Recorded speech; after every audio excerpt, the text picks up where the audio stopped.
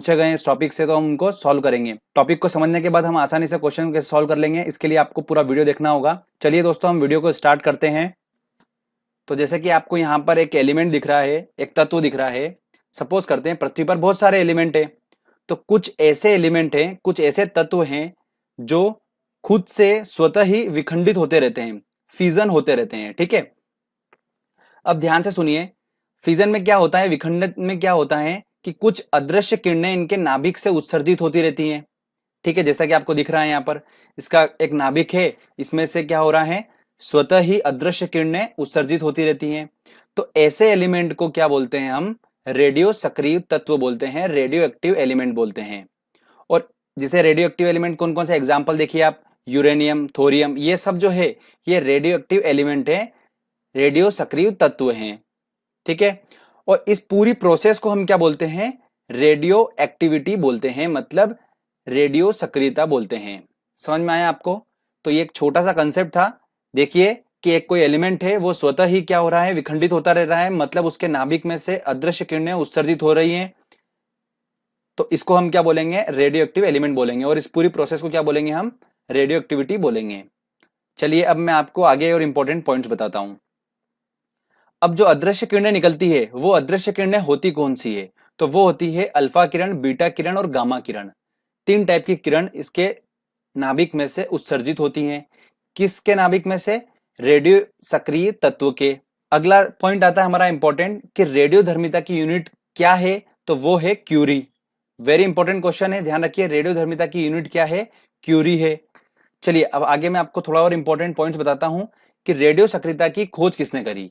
तो रेडियो सक्रियता की खोज करी थी हेनरी बैकरेल ने। किसने करी थी, हेनरी बैकरेल ने करी थी। तो बहुत इंपॉर्टेंट क्वेश्चन है।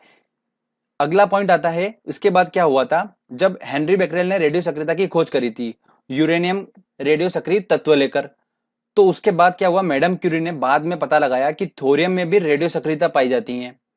तो फिर उसके बाद हुआ कि मैडम क्यूरी और इनके पति पी क्यूरी ने दोनों ने मिलकर क्या करा, थ्योरियम का एक खनिज निकाला, जो कि उसका नाम, मतलब खनिज मतलब मिनरल, उसका नाम था पिंच ब्लैक।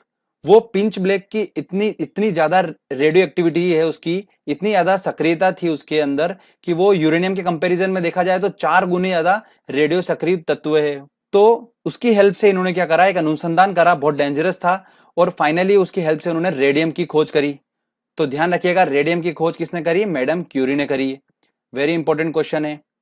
चलिए अब मैं आपको आगे बताता हूं कि अदृश्य किरणें जो हमने पढ़ा है अल्फा बीटा गामा के बारे में, इनसे क्वेश्चंस बनते हैं इंपॉर्टेंट। तो मैं आपको इनके बारे में बहुत अच्छे अच्छे पॉइंट्स बताता हूं। देखिए अदृश्य किरणें जो है अल्फा बीटा गामा की खोज किसने करी, रदरफोर्ड ने करी थी। किसने करी थी, रदरफोर्ड ने करी थी। उन्होंने क्या करा, अल्फा बीटा गामा किरण को लिया और एक विद्युत क्षेत्र, जैसे कि आपको दिख रहा है, इस विद्युत क्षेत्र में दो पोल होंगे, एक होगा माइनस, एक होगा प्लस। ठीक है, तो जब इन अल्फा बीटा और गामा किरणों को जब विद्युत के क्षेत्र में प्रवाहित करा, तो उन्होंने कुछ इंपॉर्टेंट पॉइंट्स उनके सामने निकल कर आए। तो मैं आपको बताता हूं कैसे। देखिए अल्फा किरण जब विद्युत क्षेत्र में गई तो वो नेगेटिव की तरफ थोड़ा सा झुक गई। जब गामा किरण विद्युत क्षेत्र में गई तो ये किरण बिल्कुल सीधे निकल गई। बीटा किरण जब विद्युत क्षेत्र में गई तो ये किरण विद्युत क्षेत्र में जाने के बाद पॉजिटिव पोल की तरफ में हल्की सी झुक गई। तो इससे कुछ ना कुछ रिजल्ट निकल के आया। देखिए अल्फा किरण अगर नेगेटिव की तरफ जा रही है तो मतलब इसके ऊपर क्या चार्ज होगा, पॉजिटिव होगा, तभी तो पॉजिटिव नेगेटिव आपस में अट्रैक्ट होते हैं, तो उसने उसको खींच लिया। तो इससे ये प्रूफ हो गया कि अल्फा के पास पॉजिटिव चार्ज है। गामा किरण जो थी सीधे निकल गई, मतलब ये उदासीन टाइप का नेचर का है इसका, तो ये विद्युत चुंबकीय तरंगे निकली। बीटा जो थी वो हल्का सा पॉजिटिव की तरफ झुक गई, इसका मतलब निकला कि बीटा के ऊपर जो चार्ज है वो नेगेटिव होगा। चलिए मैं अब आपको इंपॉर्टेंट पॉइंट्स बताता हूं।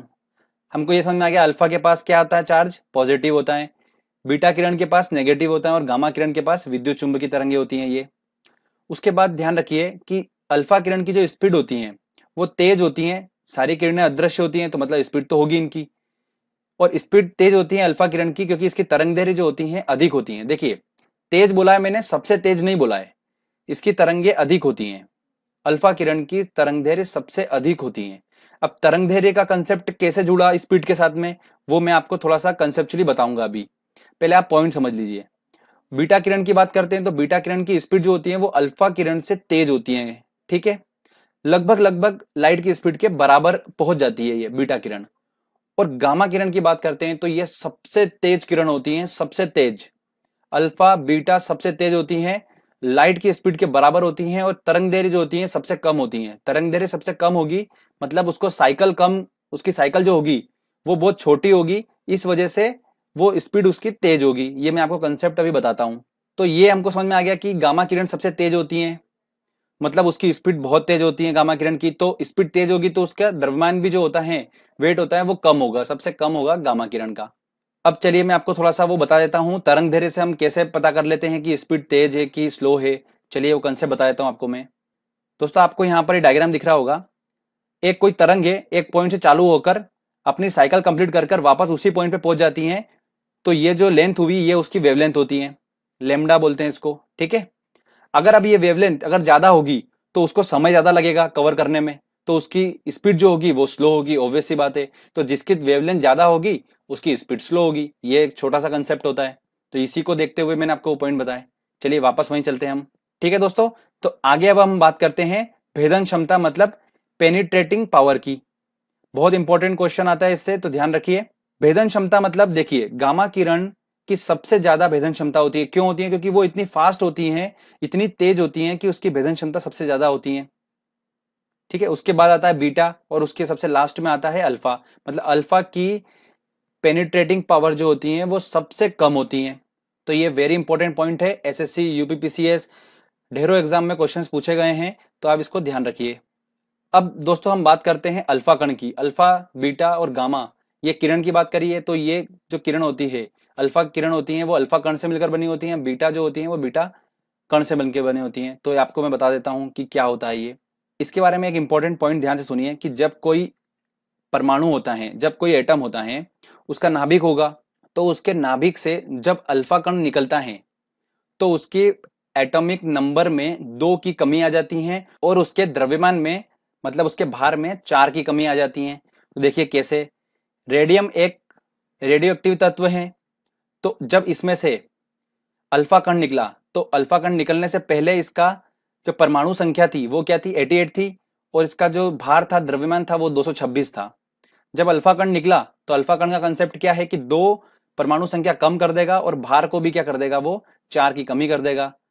तो फाइनल रिजल्ट क्या है हमारे पास, 86 हो गया हमारा परमाणु संख्या, और भार हो गया उसका 222।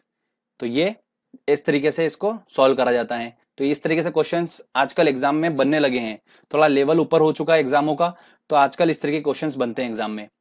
अब हम बात करते हैं दोस्तों बीटा कण की। बीटा कण का कंसेप्ट क्या होता है, किसी परमाणु के नाभिक से जब बीटा कण निकलता है तो उसका परमाणु संख्या 1 बढ़ जाती है, और भार जो होता है, द्रव्यमान जो होता है, वो परिवर्तन नहीं होता है उसके अंदर, वैसा के वैसा ही रहता है। तो देखिए ये रेडियम है, इसका परमाणु संख्या पहले 88 था और भार 226 था। जब इसमें बीटा कण निकला तो इसका जो परमाणु संख्या है वो 1 बढ़ गई, 89 हो गया, और रेडियम का जो द्रव्यमान है वो सेम सेम रहा, मतलब 226। तो इस तरीके से अल्फा बीटा का कंसेप्ट है। ध्यान रखिएगा, किसी परमाणु के नाभिक से अगर कोई गामा किरण निकलती है तो उसके द्रव्यमान आवेश किसी में कोई परिवर्तन नहीं होता है, जैसा कि वैसा ही रहता है। तो ये तीनों पॉइंट वेरी इंपॉर्टेंट है, आपको समझ में आ गए होंगे।